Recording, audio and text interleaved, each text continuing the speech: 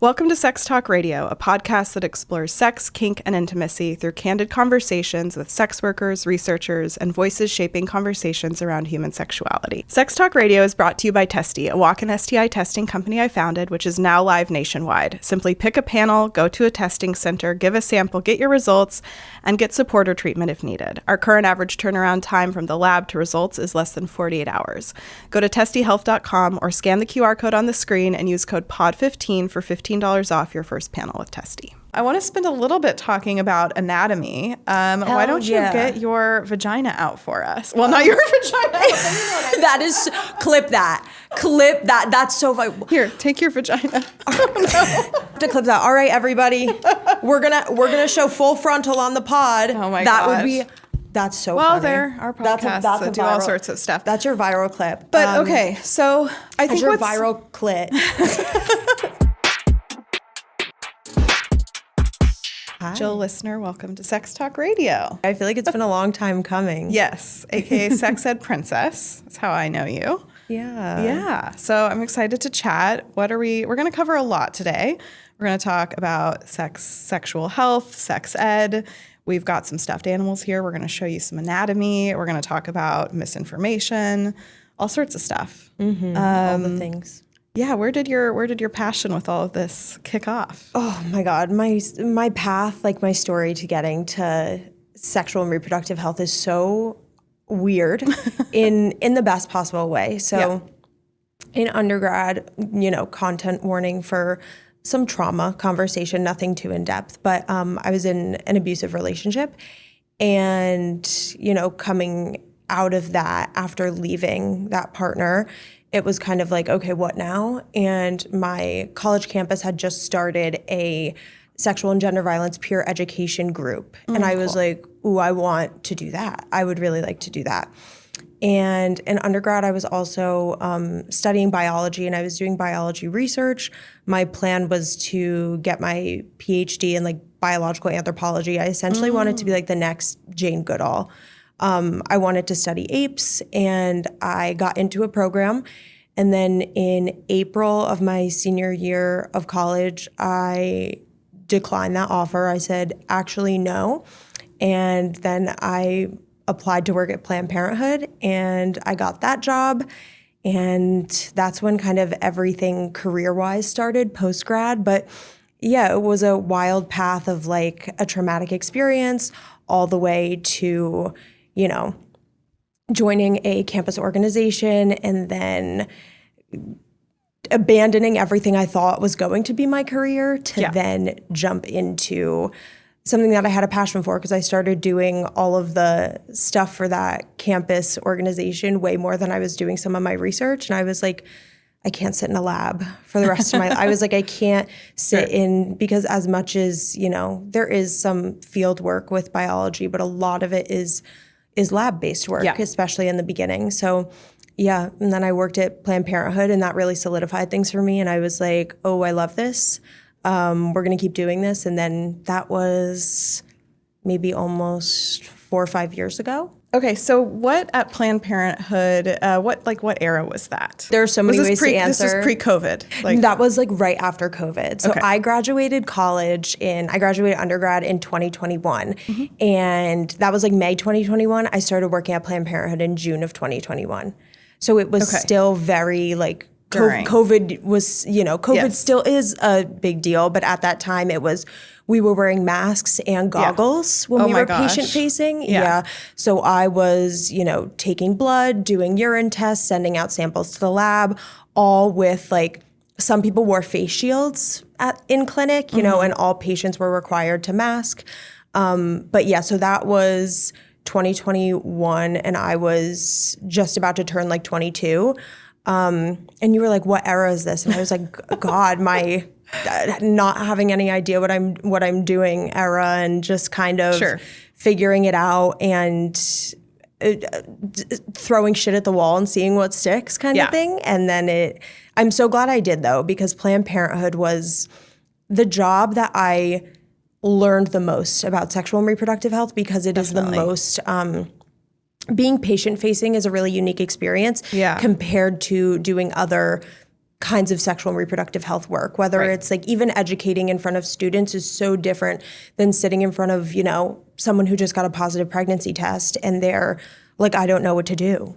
Talking them through that situation is so different than, educating in front of teens, which I've also done. Different vibes. But it really gave me a skill set that I don't think I ever would have gained otherwise. Well, it's just the human component of I feel like there's a lot of safety behind a screen, or you're teaching people online or virtually, and to be with the human experience of getting positive results and navigating the fears. And I just want to go back to talk about COVID really quick, because I think it's kind of interesting in the sense that people were still having sex. I was actually just looking at some STI data with an advisor of mine, and STI rates were actually kind of rising during that time. Did you know? Oh my God! Now we're gonna get into my special hyperfixation. My hyperfixation. Oh my God! I everyone has their kind of history thing, whether it's ancient Egypt or Greek mythology. Mine was always the Black Death, the plague. Oh, the plague. And after major world pandemics, oftentimes people, after they kind of subside a little bit, have a lot of sex because during during too. Right. But I know based on all the random books and things I've read, that after some intense pandemics, times where people are suggested to not be together, once they come back together, there is a lot of sex, and then that often leads to a lot of sexually transmitted infections. Also because that was the 1300s, so their understanding of sexually transmitted infections was very different than what we know now. So, and their understanding of infections and germ theory in general was so different. But and it was so interesting to me to know about that. And then we lived through COVID, and then it's very similar things happen. People party after pandemics. They want to go out and have a good time. They're we survived, we made it. And it's so fascinating to me. There's also increases when there's political turmoil or fear. When there's fear, I feel there's this animalistic part of us that's well, let's just have sex because we might die. I don't know. It might not be conscious, but it's interesting to see those trends. Yeah. Can I curse? Are you okay? Yeah, please. Oh, I'm curse away. I know some podcasts they blur it out or they. No, it's pretty chill these days. It's almost fuck it. Because it's the world is stopping in its tracks, which it really did with COVID. So everyone's fuck it, let's do it. And they're fuck it, let's fuck, essentially is the thing for so many people, I think. Totally. When you were working at Planned Parenthood, what were some of the main, I don't know, what were some of the top or biggest misconceptions that people would come in afraid about? Ooh, oh my God. There are so many. I have endless stories from my experiences. But some common things were about, the most common appointments that people, had when they came in were STI testing, what we called peace of mind testing, people just getting a general panel. Birth control counseling, whether it is going on a method of birth control for the first time, switching a method, discontinuing a method, Pap smears, getting yearly. Getting their annual, even though Paps are, once every 3 years from 21 to 30 years old. Once you hit 30 years old, it's once every 5 years. Oh. A lot of people would come in and they'd be like, hey, I'm here for my yearly, and that means my Pap smear. And I'd go, no, it doesn't. But unless people, of course, they're trying. But it's very common to think that. I thought that until I worked at Planned Parenthood. But some people do have a family history, or they have had a abnormal Pap that can lead to more. An abnormal Pap. So then they, doctors or healthcare providers recommend that they come in, do a follow-up after a year, and then get some regularity in their results before they go back to that regular time period. That was probably one of the biggest misconceptions. Another just major, as we know, and I'm sure you've talked about to nauseam on this podcast, is just a herpes. People would come in and I get it. They would come in sobbing. Because they're my life's over. I'm never gonna have sex again. I did a lot of, talking to people and comforting them about that stuff. That wasn't one that results were delivered same day. But if somebody did a rapid HIV test or a rapid chlamydia gonorrhea test, which we did have in the office, then I would be the one to deliver that result. And I had delivered quite a few chlamydia and gonorrhea positive results, but I had never delivered a positive HIV result. And you're kind of the point person for all the questions that follow from that. Yes. So it's basically, this might be helpful for folks too, to run through like kind of what an appointment looks like. Yeah. If someone were to go to Planned Parenthood or like a community health clinic and they wanted testing, right? It's, you go into the center, you come to the front, if you have an appointment or a walk-in, you're just like, hey, I'm here for my appointment, or I'm here to walk in because of XYZ. One time someone handed me a note because they didn't want to say what was going on out loud. Or, they needed a plan B. And they kind of just, I was like, hi, how can I help you today? Yeah. And they just kind of like passed me this note on like under the, you walk into a doctor's, it's like the clear screen. It can be like an awkward, quiet waiting room too sometimes. Yeah. Really quick, something that I've been noticing building Testy is this. People can feel a little bit uncomfortable or triggered by certain sexual health questionnaire questions that are really required for good reason. It's so much about the delivery and the tone if a provider or clinician is asking those questions, but like they do have to ask for good reason who you're having sex with, how many sex partners you've had, but it's so much about the vibe because I've had a lot of people, myself included, feel like, oh, their tone is off. Like they're being sex negative, they're being slut-shamey, like, So that's not even, I'm glad you brought that up because that's not even on the forms that people fill out initially. It's like when I take them into a room. Yes. So they fill out all the forms, also sometimes financial information if they don't have insurance, because then we'll put them on a sliding fee scale. Yeah. And then, once they do that, I'll take their forms, I'll check them into the system, and then I take them, back into a room. All the rooms had like noise machines and stuff too, so that folks felt a little more comfortable sharing. Privacy. That's when I would ask more of those intense questions. And all the reactions to the questions were so different. Like one of them, because it's like, the question, are you a man or are you a woman, is not inclusive and it's not sufficient. It doesn't tell me what your body parts are. Right. So we would often ask like, do you have a penis, a vagina, or potentially something else? Oh boy, which is also going to upset people.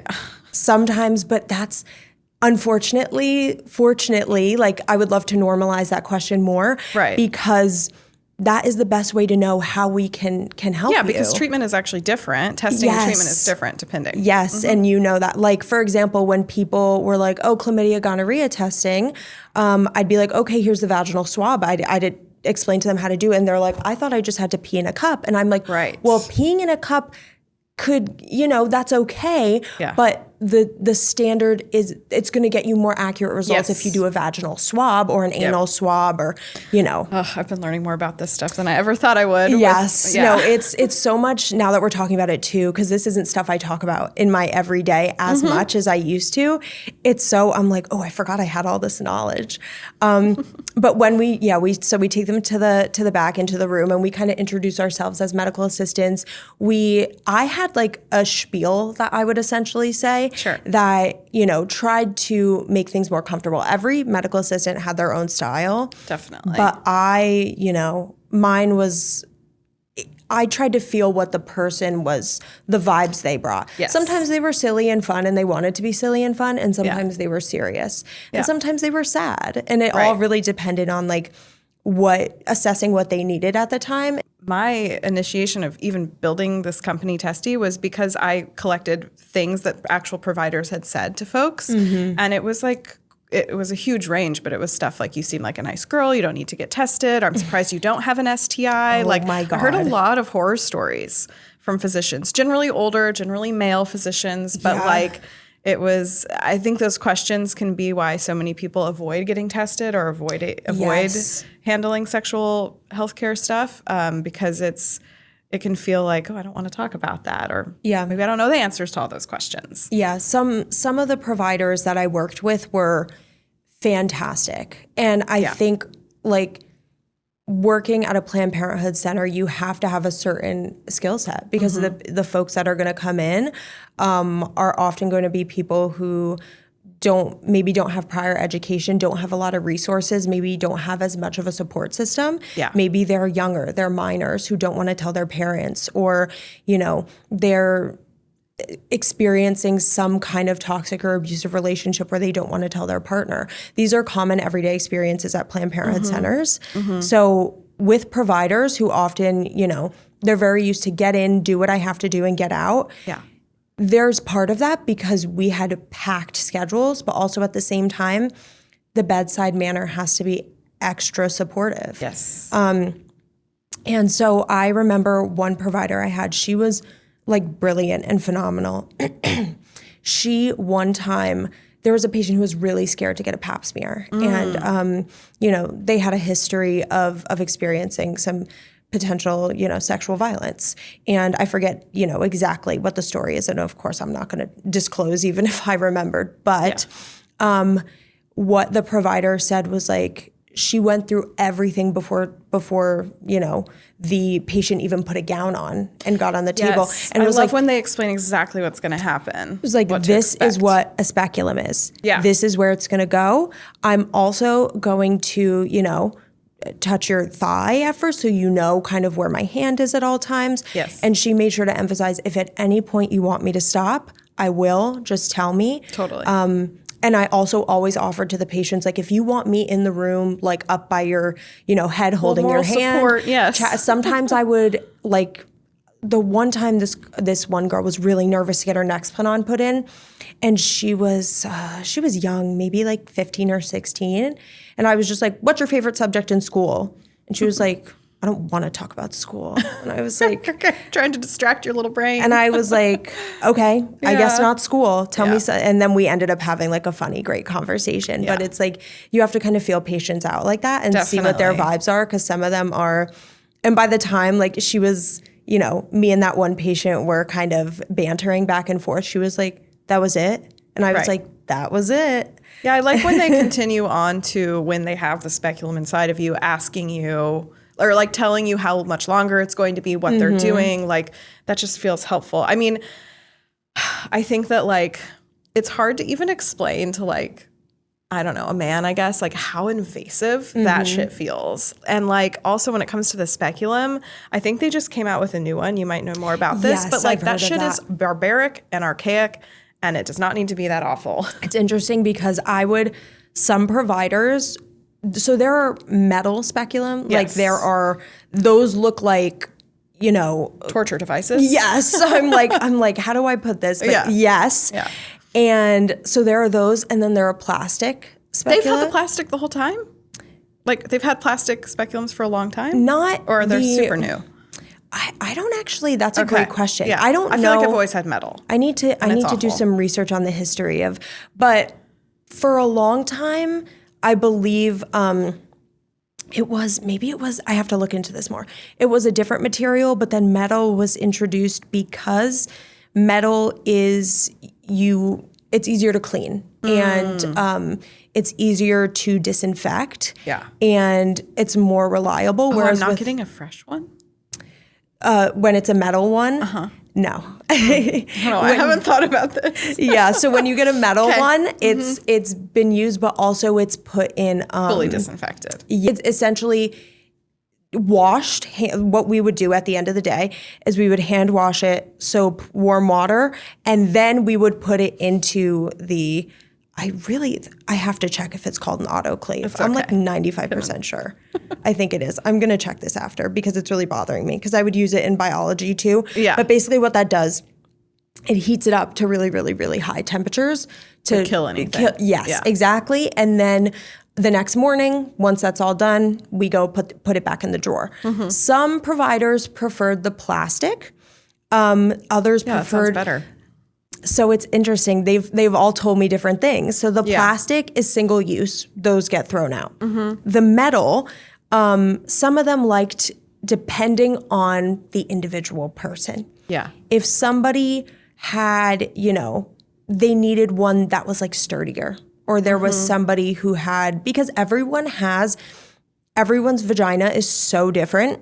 Yeah. Just the same way, like everyone has different hair color. Everyone, someone's 6 feet, another person's 4 feet. vaginas are all beautiful snowflakes that are so different. And so sometimes providers will look at, they'll look first and then they'll go, okay, I want to use this different one. I feel like it also has to do with like your pelvis and like tilt stuff and the angle of the cervix. All of that. Like, it's so complicated. All of that is like the diversity of the vagina. Yeah. When IUDs are inserted too, sometimes, there will be, they might need to use, like there are dilators that they'll use to dilate the. I'm having so many visceral reactions to past birth control experiences that I've had where I'm like, God damn. Like, that's why I can feel it. It tends to be so painful because you're using, you're stabilizing the cervix and then dilating it a little bit to insert the IUD. And sometimes, folks might need more than others. And it all really depends. And that's why oftentimes with like IUDs specifically, I heard some of the providers say, if they couldn't get it in during that appointment, then they'd say, come back when you're on your period because it's, your cervix is a little like softer, I believe they would say. Yeah. The body is wild. Yeah. It's a really fascinating. Yeah. There's so many fascinating things that I learned being a medical assistant, but that also taught me that I did not want to go into the medical field or continue to do like, nursing or become an OBGYN. I was kind of like, okay, that's, I would often like after, long days with patients, I was exhausted at the end of the day. I would like some days I would like cry in my car because it was just so intense. And sometimes the providers were like, most of the time they were great. Sometimes, they need to get their thing done. And if you did something wrong, then they're not happy with you, just like any boss, right? And so I am someone who like, you look at me wrong and I will cry. So that's just the kind of person I am. So sometimes the providers would be like, you didn't do this thing right. You should have done this. And I'd be like, But I got used to it over time. And it's just like, it really taught me, okay, I'm not meant to be a medical provider in this way. And also the people that are and do love doing this are truly remarkable people that deserve to be appreciated. They're like really on the front lines and working really long hours and there's a lot of closures happening. So I want to zoom a little bit out past Planned Parenthood. So what are you currently getting you're currently getting your PhD, right? I am. Yeah, I said not a medical doctor, but a doctor of philosophy sounds good to me. So currently, my undergrad was in biology. I have my master's in education in human sexuality, and I'm getting my PhD in human sexuality. Cool. So I just started, I actually just finished my first semester of like dissertation work. So I'm starting to develop my proposal for my dissertation. Are you able to share what that's going to be about? Yeah. So I'm really interested in, looking a little bit more at the intersections of like birth control discourse on social media, what exactly my research questions will be. That is TBD and will be, parsed out through the next, couple months as I work more on my dissertation and focus on it more. Yeah. But I'm really interested in the way that, people spread misinformation about birth control on social media, and there's a lot of fear mongering, and people will tell their really intense, horrible story and their experience with birth control, which is valid. Yeah. But then that video will gain millions of views, and then people go, well, this happened to this person, so it's going to happen to me too. Right. And that's mostly not the case. You don't hear about the experiences that are just like, this was fine. I've been on birth control for a decade. It's fine. It's not a big deal. That's not my experience. I'm just saying like you don't hear, well, those stories aren't going to go viral because they're not fear mongering. They're not like clickbaity or saving, it's,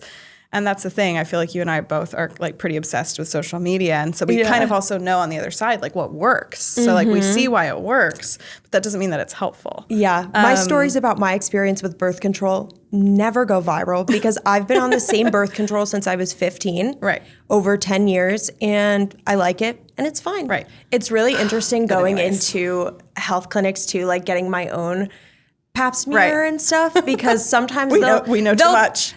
They'll say to me I just need a birth control refill at one point, and they were like, oh, and let's do an exam. And I went, can I ask why? If I just need a birth control refill, you shouldn't have to pry me open and right, look. right. And then she explained to me, she's like, well, just doing a check and feeling I can feel your lymph nodes and I can, just kind of see if there's, just get a visual of everything. And I was like, you know what? I like that. I fuck with that. So pry me open. Everyone has their own processes, for sure.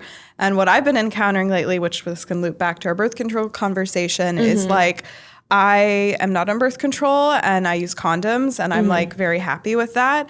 And the way that they really want me to get on a birth control that day when I'm there and leave on a birth control, I'm like, I promise I'm solid in my choices on this. That part really, I have so many feelings about the whole birth control thing because let's talk about it. I love my birth control, but there are also people that just fucking hate hormonal birth control because it makes them feel like shit, and that's fair.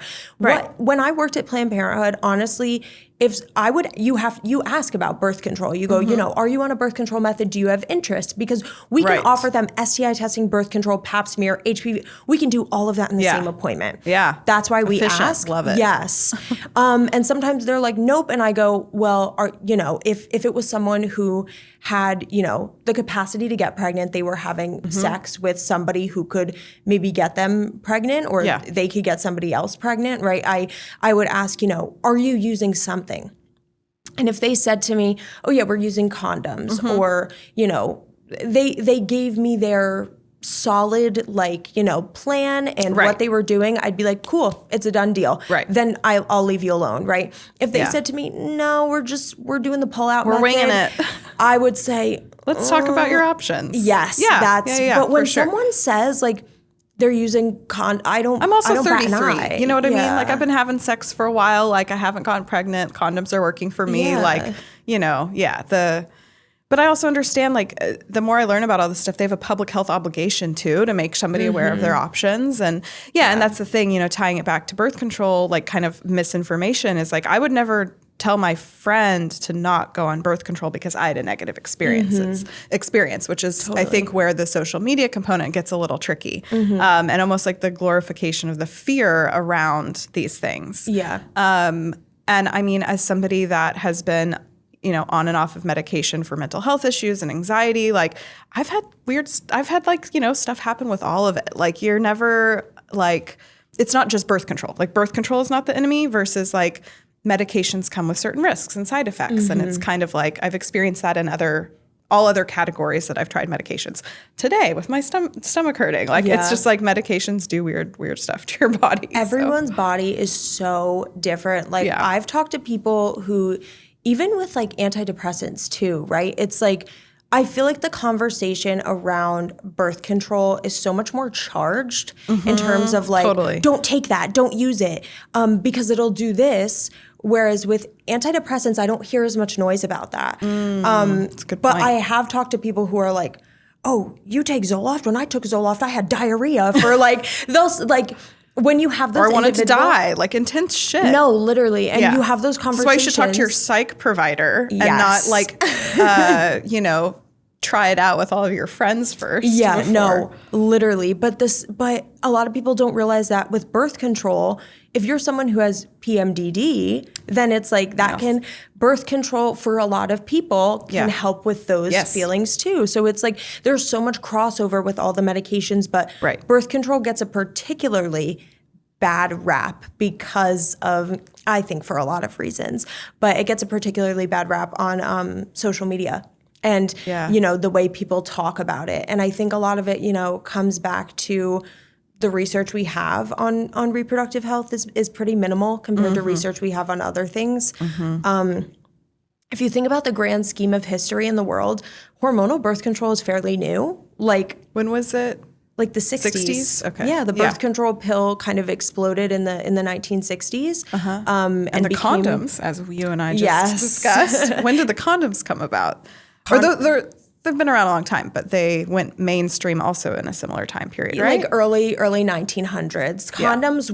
Condoms and douching with Lysol were some of the most popular methods of birth control before hormonal birth control became a thing. Yeah. What do you mean douching with Lysol? So that was one of the most... That sounds cancerous.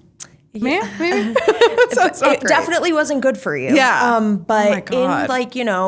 30s, 40s, 50s, that or early 1900s, we'll say, prior to the birth control pills, Wow. Explosion into the mainstream. Yes. Douching with Lysol was very popular. Number one, because it was if your husband doesn't want you, then it could be because you're dirty or you Gotta clean smell. it out. Exactly. And so it was marketed as this you need to be clean. Mm-hmm. Please still do not be using scented douche products. Those can really fuck you up. And they your still pH. sell them, Yes, they do. unfortunately. Like Summer's Eve or whatever. Oh, don't get me started on Summer's Eve. Oh You're my gonna say God. that. Yeah, but so Lysol douching was huge. And then for birth control, it was also marketed. Wow. And then, It's like cigarettes being good for you.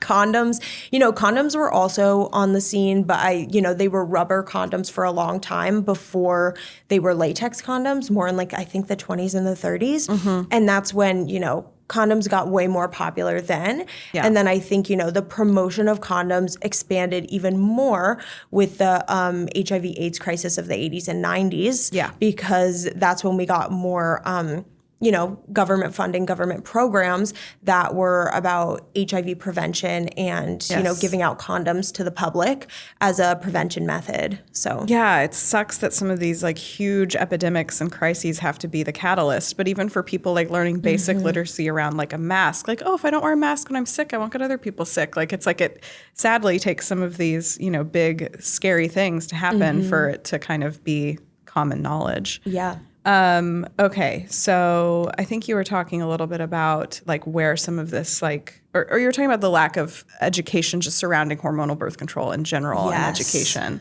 Yes. Yeah. There is so much misinformation that comes from parents about, birth control and things. And then there's also a lot of just myths and rumors that are word of mouth that people hear about. What are some of those? Birth control causes you to become infertile. That's a pretty common one that people think if you take hormonal birth control for too long, it'll make you infertile. Oh, That's not true at all. Yeah. What happens with hormonal birth control, for example, say you're taking the combination pill, which is what I've been on forever. Combination meaning it has estrogen and progestin in it.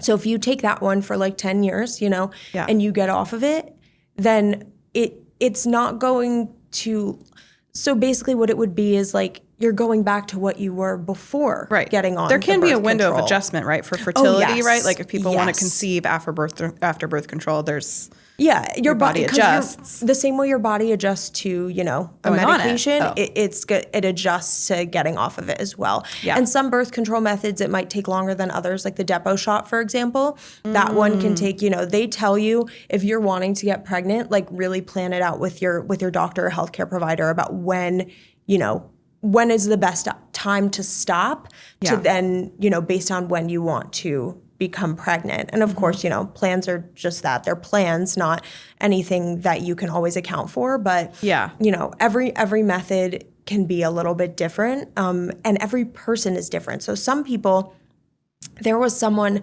once, all my Planned Parenthood stories, oh my God, they were like, yeah, I stopped the pill a month ago and they got pregnant immediately. So some people are just that just happens. Right. With other people, it doesn't. And it is all based on the individual, their biology, the way their body works, all of those things. So yeah. For the last couple of years, I've been having conversations with all of you around what is broken when it comes to sexual health and STI testing. Current STI testing is often associated with long wait times, difficult to understand results, and judgment from providers when asking to get a routine STI screening. So I wanted to build a better solution. Whether you're a content creator in an open relationship, exploring alternative relationship dynamics, or just wanting peace of mind, I built Testy for you. And here's the biggest difference. You get to skip the doctor's doctor's office visit entirely. You pick a panel, select a nearby testing center, give a sample, and get your results quickly. Our current average turnaround time from the lab to results is less than 48 hours. If you test positive for anything, a provider reaches out and we can prescribe medication when appropriate. We want you to be able to get tested quickly, privately, and without judgment. So go to testyhealth.com or scan the QR code on the screen and use code POD15 for $15 off your first panel with Testy. Switching gears a little bit, the content you make on social media, who do you say the audience is for? Oh my God. She makes a lot of fun stuff. I do make a ton of fun stuff. And I would say my main audience is like young adult women and queer folks, people with vaginas, people with vulvas. But there are some, people with penises mixed in there too, depending. I don't make as much content about penises, but I should, and I would like to.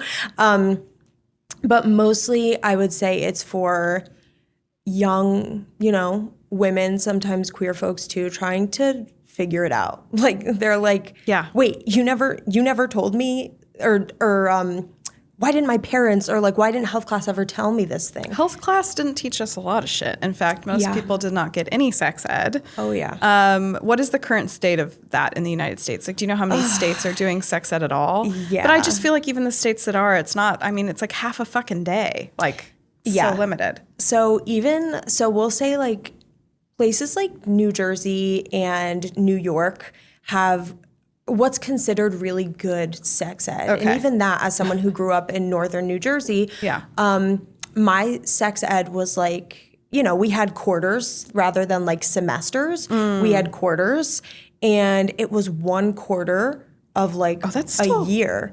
That's still like way more than I got. Up in Alaska, I got like a day. Yeah. And it was fear-mongering. It's like, you're going to get an STD and die. So for us, it was like a quarter. And even sometimes within that quarter of like health class, it's not all sexual and reproductive health stuff. Yeah. So sometimes it's like, I remember learning about the food pyramid.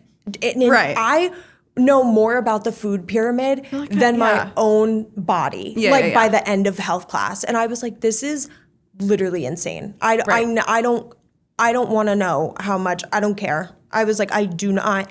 And that's like a whole other conversation about like fostering eating disorders and fat phobia and stuff. Like the nutrition content was so intense and insane compared to. I remember that too. Like, why have I learned so much about the food pyramid, but not how my organs work, how my body works. And that was like very much a time of like the Got Milk campaign too. Same, yeah. And like they were like, have your glass of milk every day. And I was like, and eat your carbs, like your huge ass carb pyramid. Like, no. And it was just so like, it was just so shameful. I could talk about that forever. That's a whole other can of worms because it's like, why should someone give a fuck about the food pyramid if they don't even know where their next meal is coming from? And food insecurity and food deserts and stuff like that drives me insane. But so basically health class focused on that. And, sex ed was kind of like dabbled in there to the extent to which, a certain, individual teacher decided to deliver it, and also the school district and the state. Because all of those things mixed together is what creates like a sex ed curricula kind of. So it's not always, there's very little standardization across the board for everybody. Yeah. I feel like it's this fine line of like, I understand not being like leaning too much into the like, if it's too pleasure focused of a program, it could be seen as promoting sex among underage children underage people. And it's just like, I feel like that I understand that they're towing a fine line of like, how much do we share? What do we share? I feel like also though, by the time it gets to certain teens, they're already having sex. It's too late. Like you have the horniest, most like, hormone fueled teenagers. Yeah. And so it's like a really tricky balance of when do you teach it? How much do you share? Like, pleasure isn't mentioned in any of the conversations I ever received, but it's like, isn't that why we're doing it?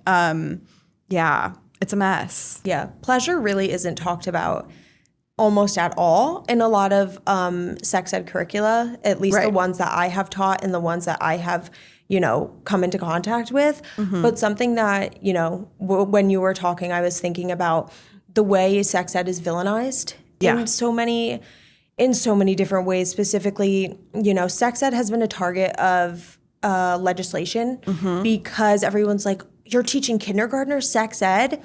And I go, and I say, no. Sex ed, which is like the name, which is a really big umbrella term, sex education.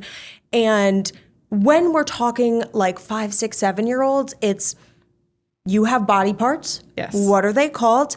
Also, don't touch little Jimmy or Susie over there without asking them first. Yeah. And don't touch them in certain places. Yes, and also report if you have been. Yes, I was just going to say talking to an adult. Right. And I explain it to people like this, and I think this is a really helpful, like, it helps people understand in terms they know. I'm like, are you going to teach a kindergartner algebra? No, you have to teach them 1 + 1 = 2 first. It's the same thing with sex ed.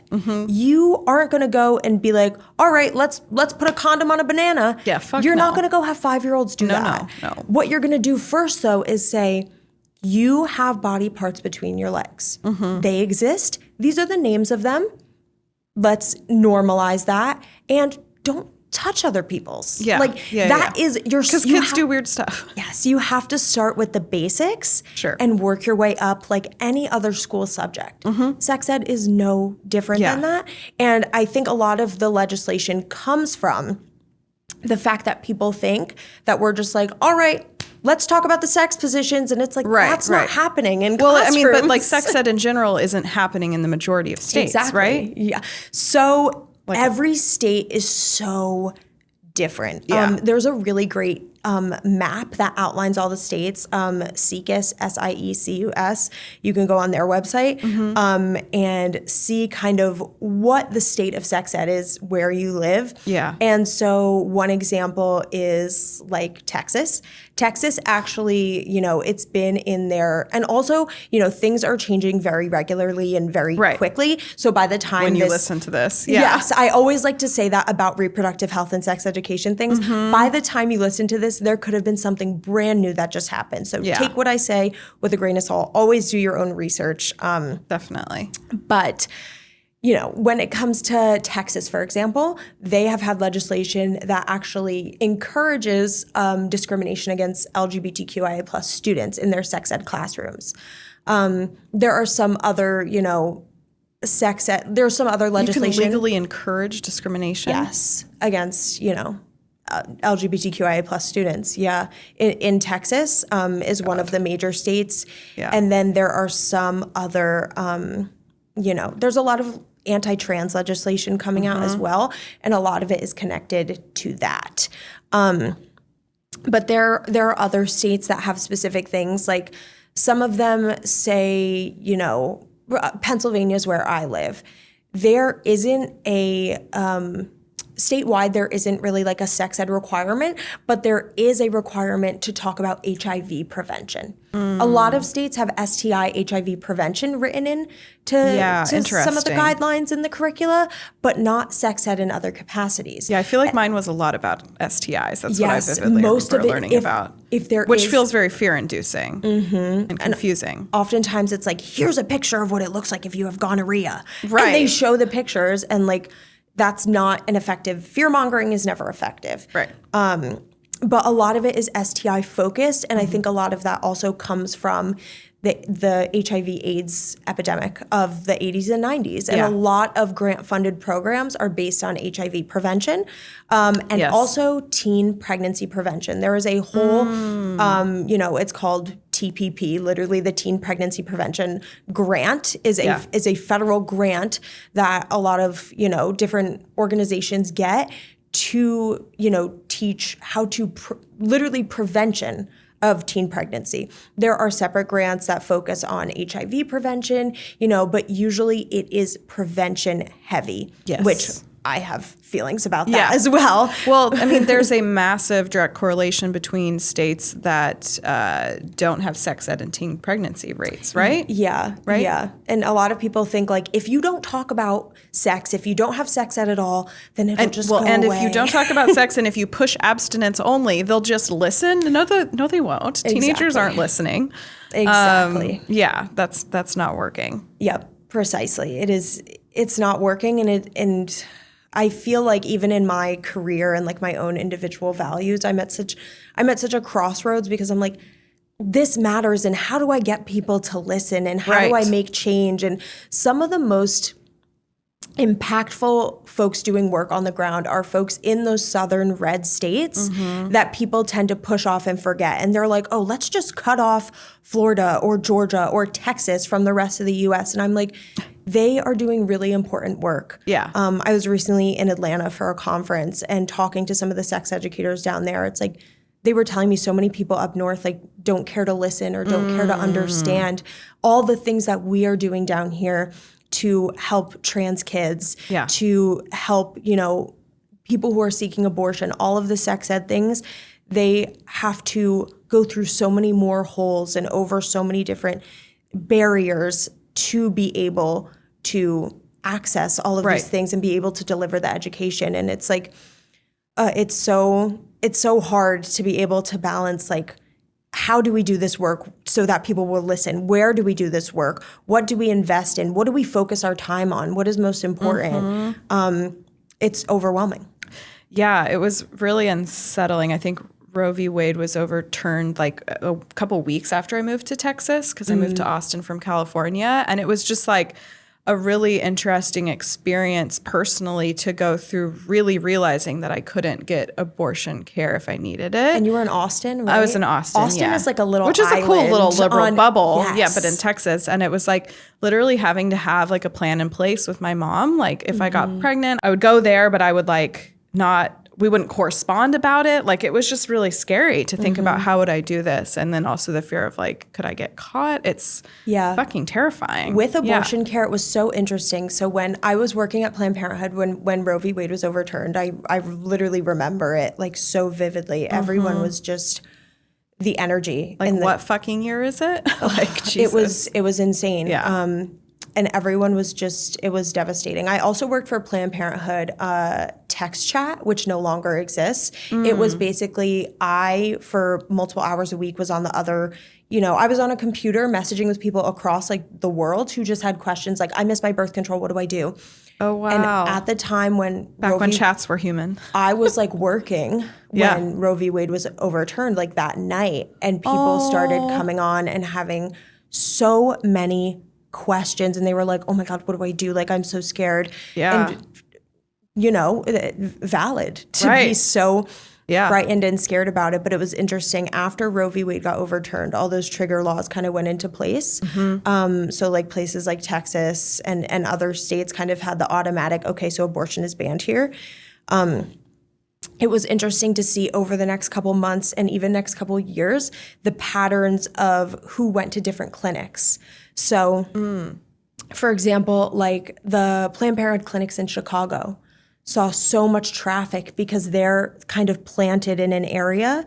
Where people were traveling to other states to get abortion care? Yes, exactly. Yes. And places like Pittsburgh, too, because you have like West Virginia, you have Ohio. Yeah, where the hubs could kind of be. Exactly. Yeah. And then like, New Mexico as well, talking about Texas and the southwest area of the U.S. You literally just have to drive over a weird, imaginary line, and then you can have this thing. It's so bizarre. And people would ask me, they're like, I'm in Missouri or I'm in Arkansas. Where can I go? And I'm like, your closest could be like a 12-hour drive. Jesus Christ. Yeah.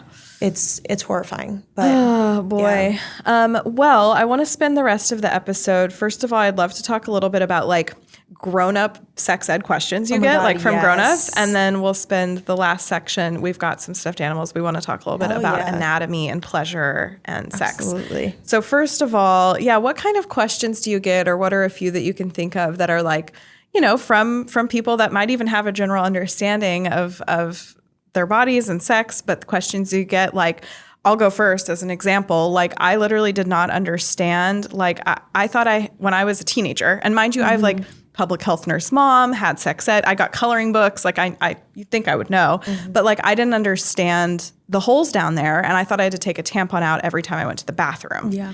So like, what are some questions like that you get from folks? That's like, really common. That one's really common. Okay. Like the, how many holes you have, but I feel like it's more, It's getting better. I feel like that one's gotten a lot better. The biggest thing I see is often related to like the hymen and like the popping of the cherry. Because the way I explain it to people, a lot of people think it's like this sheet or like I kind of describe it. That's kind of how I imagine. Yeah, I don't know what even what the fuck it is. Oh my God, I'm so excited to talk about it. This is like my Roman Empire. So excited to talk about the hymen. Oh my God. So a lot of people think about it as like a saran wrap, kind of just covering it. And if anything is inserted or... You have to like punch a hole through it. But actually, it's more like a scrunchie. So it's it's like a stretchy, elastic piece of tissue. For some people, it covers more of, the vagina than it does for other people. Some people might have that full covering if they have what's called an imperforate hymen. Some people might have a semi-perforate hymen.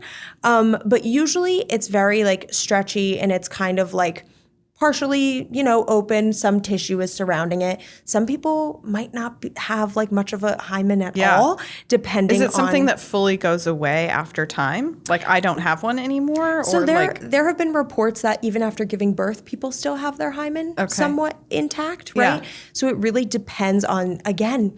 The vagina is a really... It's like virginity propaganda bullshit. Yes, really. the hymen. I mean, because it's like, technically I would think a tampon or a dildo or like other things could break it.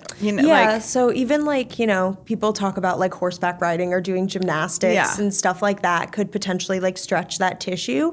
But really like the important thing here is I always say to people, if someone looks at your vagina, like they can't tell if you have had like sex intercourse, unless of course someone is doing more like a content warning, like a safe kit, a rape, a safe kit slash rape kit. There are more like there are some specific details that might be looked into, right?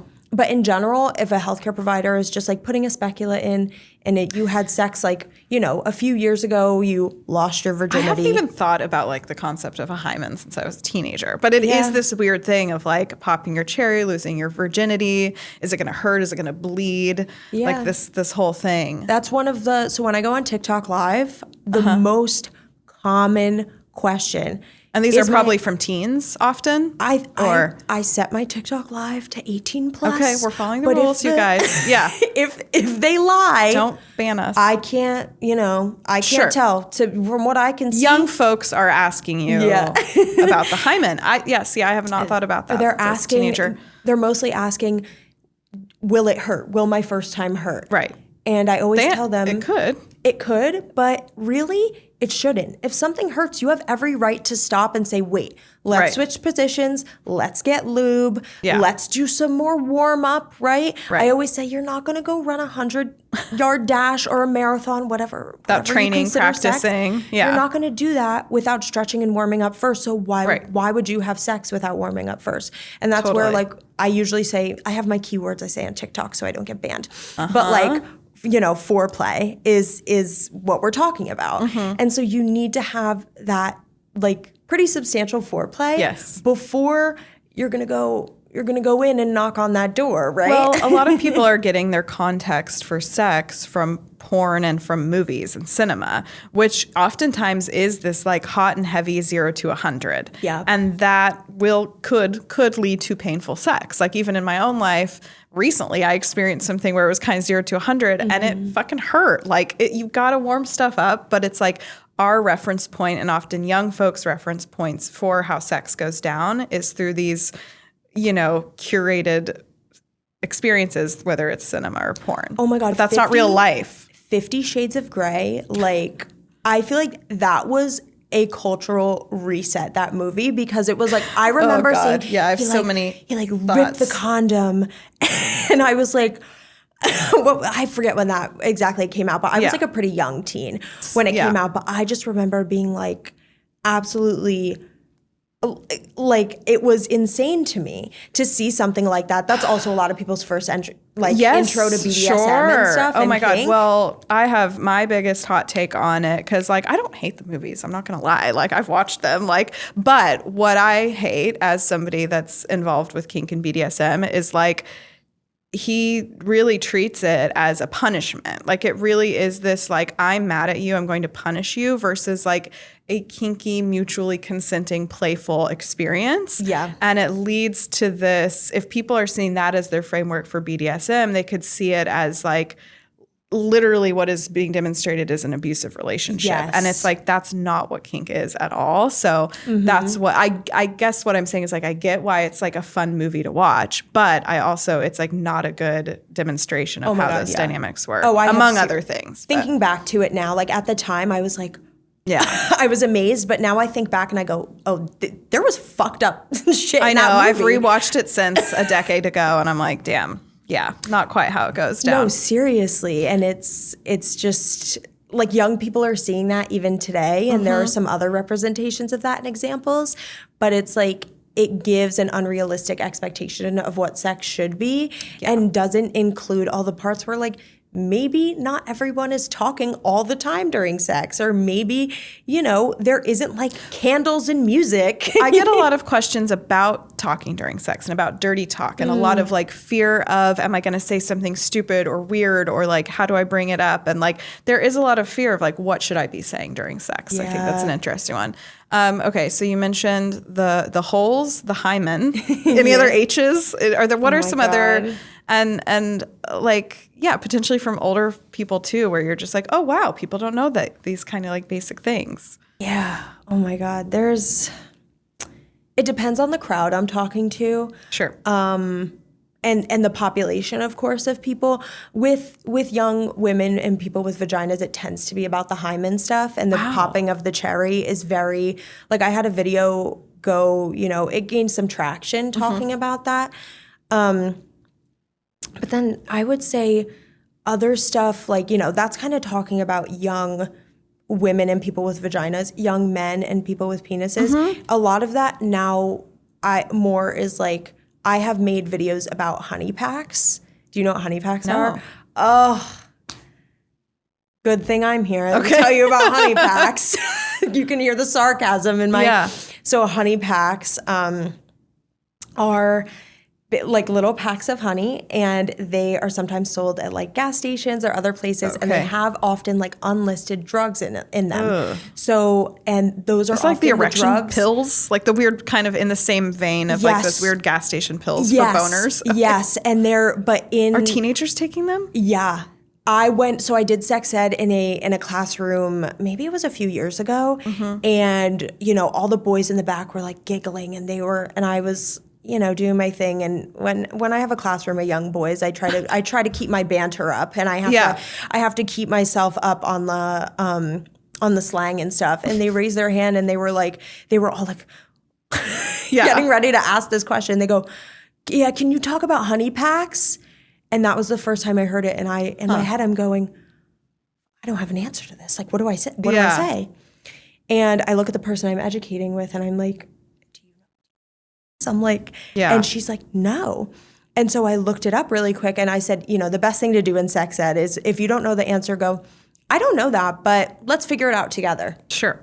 Let's kind of, you know, you don't have to pretend to make an answer, but kids and young people trust you more when you're just like, I don't know. Yes. And I honestly said to them, well, what is it? What do you know about it? And they kind of explained it a little bit too.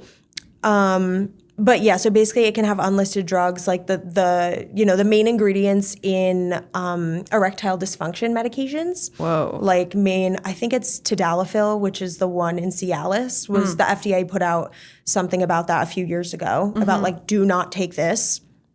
Because if you're not prescribed that medication, erectile dysfunction medication can affect a lot of parts of your body. It can affect, you know, your blood pressure. It can affect, of course, your erection and how long you have it for. And if you have it for so long, that can be a problem. And it can be, you know, it can lead to some issues and, you know, a nice little hospital visit. My gosh. So there's a lot of things that people don't consider. And also if someone But what's the rumor going around that it makes you have better sex? That like it among increases, these folks? yeah, it makes you last longer. It increases desire. You know, it makes you like horny. Like there was a video recently, and I responded to this video because the original video I made about honey packs was gaining a lot of traction, and I was like, what is going on? I made this video months ago. And on Thanksgiving, there was a video of someone who their parents found their honey packs in their drawer and they used it to glaze their like ham. And so it was a honey pack glaze. Oh, what? It was a honey pack The parent glaze did it?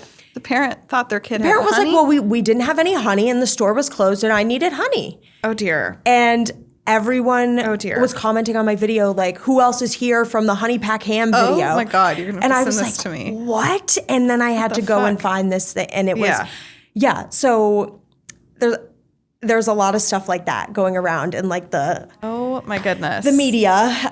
But a lot of young men are curious about honey packs and about lasting longer and about their sexual performance, because I think, we talk about femininity a lot and feminism, but I am like, I am, of course, a intersectional feminist, but I'm not the kind of person who is going to disregard the importance of masculinity. And there's even an area of like masculinity studies that is like an area of academia.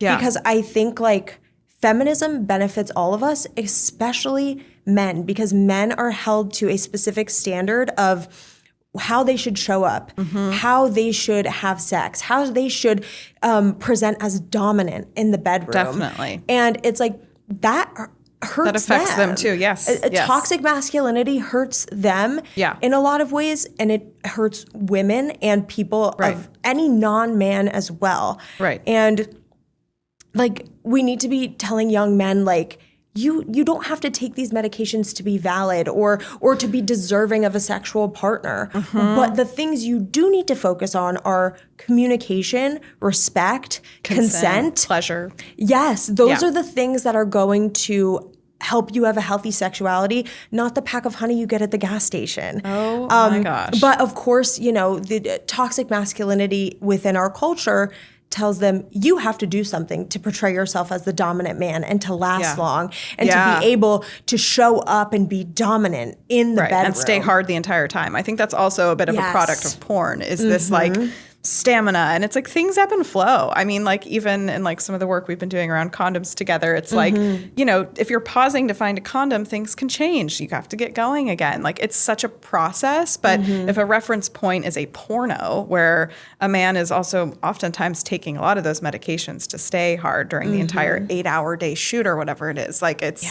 There's these expectations that, also harm men. Kids shouldn't be taking... The gas station things are weird. Like, I've taken caffeine stuff, and it's like, I almost went to the ER myself. I think it's like, I think it's a good disclaimer and PSA for men that, like, we don't expect you to be hard 100% of the time. Like, it's going to ebb and flow. And, I mean, it sounds really stressful, the pressure of something going a certain way that you can't necessarily control. Like, as a woman, I don't have to deal with that in the same way. Yeah. I want to spend a little bit talking about anatomy. Why don't you get your vagina out for us? Well, not your vagina.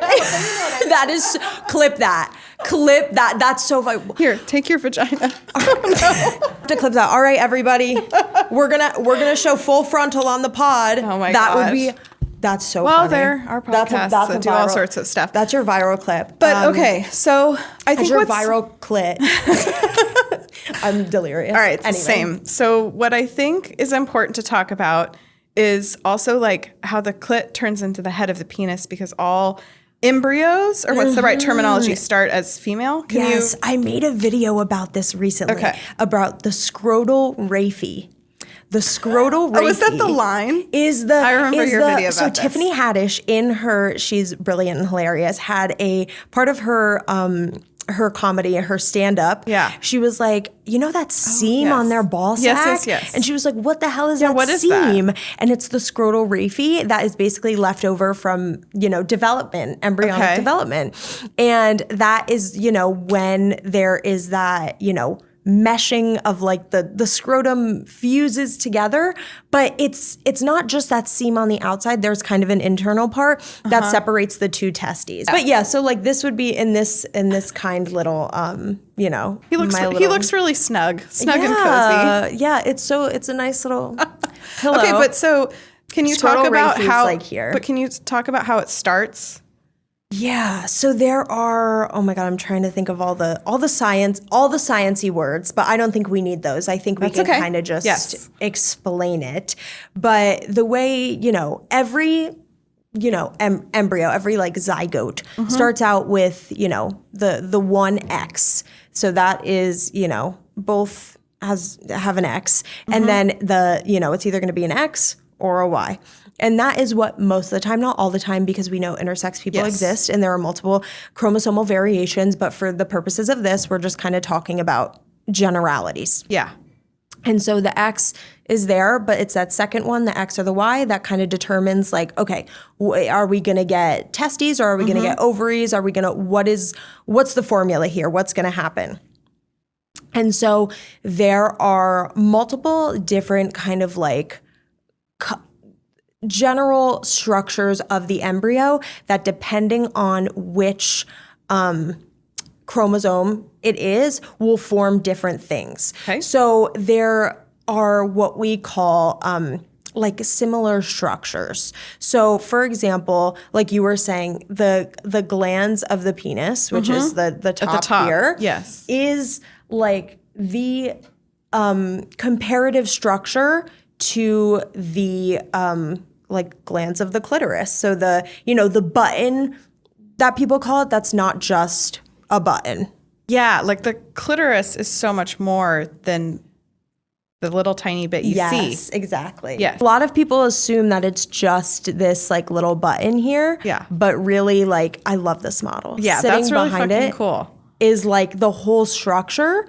And that's why every like orgasm that someone experiences is in some way connected to the clitoris. So rather than like a vaginal orgasm versus a clitoral orgasm, they're all stimulating the same thing. Because it's when you go like, and you're doing, and you're kind of doing that motion, the come hither motion that we know is good. Oh, from with inside the vagina. That's the G-spot. But is the G-spot is also just stimulating. Yes. Clitoris. The clitoris, there are fancy words for these. That's okay. But all good. But you're like, it's an organ, right? These. Is it considered an organ? Yeah, it's considered like its own structure. And it wasn't really like mapped until, oh my God, I want to say really 2005, okay. Maybe, the 2000s. It was only mapped in the 2000s. This is also, I love this one because it has a hood on it. This is from my pals over at I Heart Guts. They are the best. But this one has a little hood, and like a lot of people have the clitoral hood that like protects it. And the similar feature to a penis. The similar feature to the clitoral hood would be the foreskin that, this structure, this model has a foreskin that can then be retracted. These are going to do great on social. Oh my God. They're my favorite. This is literally like, y'all are having a sneak peek into my office at home. Like people will come over my house, and sometimes I'm like, if I have people coming over doing work, I'm like, oh, I gotta clean up the office. Otherwise they're going to see penises everywhere. I gotta either display or not display the sex stuffed animals. Yeah. But this model is really cool because it shows like the vaginal opening, the urethra, and the clitoral hood and the clitoris, and also those similar, like the structures I showed before of the clitoris. So it's like when you go in the vagina and go up and do that come hither, you're still simulating the clitoris. It's just a different part of it. That's such a good point. I feel like it can be a little compartmentalized if it's like, it's this type of orgasm or this type of orgasm, but it's all stimulating the same thing. And there's I think a lot of people, it's so interesting. So the word vagina comes from the Latin word for like sheath. So like a sword holder. So basically vaginas are seen as like a place for penises to go. So the vaginal orgasm is often valued so much higher than a clitoral orgasm because it's like, because the penis is going inside. Because it's been this thing given to us by a dick. Like, joke's on you. It might feel slightly different, but it's triggering the same structure, just in a different way. So having, only being able to orgasm through stimulation of the clitoris externally is how most people that have a clitoris experience orgasm. And there's nothing wrong with that. That doesn't mean you're broken, and don't ever let someone with a penis be like, well, every time I have sex, oh my God, I know. Everyone has orgasmed. I go, well, you've been with some great actresses then. You literally. have been with some Oscar award winning performers then if you it's like 80 or 85% of women need external clitoral stimulation to have an orgasm. I'm one of them, and I've had a lot of experiences where I share that, like, just to let them know, and then it's like, well, let's see if I can figure it out. And it's like, it's not about you and your accomplishment of making me come. How about it's like a shared experience of pleasure? And yeah, that's a frustrating thing that I consistently encounter. I'm like, well, isn't it more about you if it's about you wanting to accomplish this thing than my pleasure? Like, it's very different. Yeah, no, totally. It is. Yeah. And talking about that with young men is important. Like talking about the shared experience as opposed to like, oh, I was able to do that thing to her. Right. It's like we had really good sex together. Sure. And it's like, words and language are, I will never not talk about how important they are. Yeah. And specifically with masculinity and men and the language they use, especially about women and about people of other genders, it matters. It Definitely. Really matters when we are, raising young men. Every year new young men are having sex, and it matters, and they, these things, the way we say words is impactful.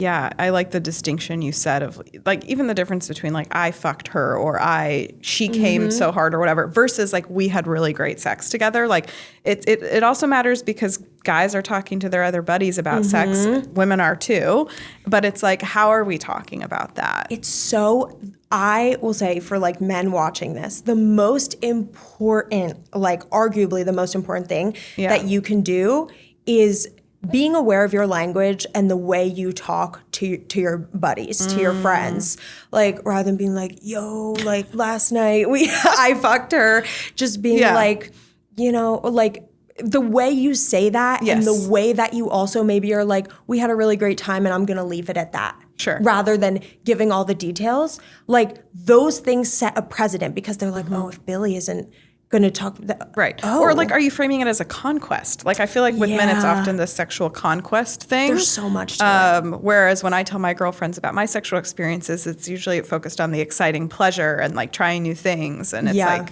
a little bit more excited about the whole experience that we have. Yeah, for sure.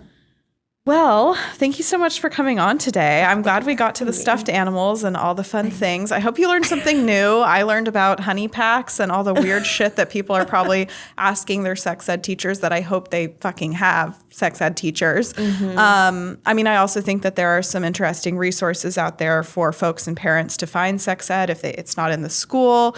I think there's also a point of like, it's on the parents too. I mean, I think something that I hear is that kids don't necessarily want to talk to their parents about it. They're like, not you, but like sometimes there can be other trusted figures in their life that if they're sharing a resource or a fucking coloring book or like whatever it is, I think it's also a responsibility for us as a society to provide this education. Yes. The idea of responsibility is hard because parents will be like, well, the school was supposed to teach you. And then the school will be like, well, parents are supposed to teach you. And then nobody gets taught.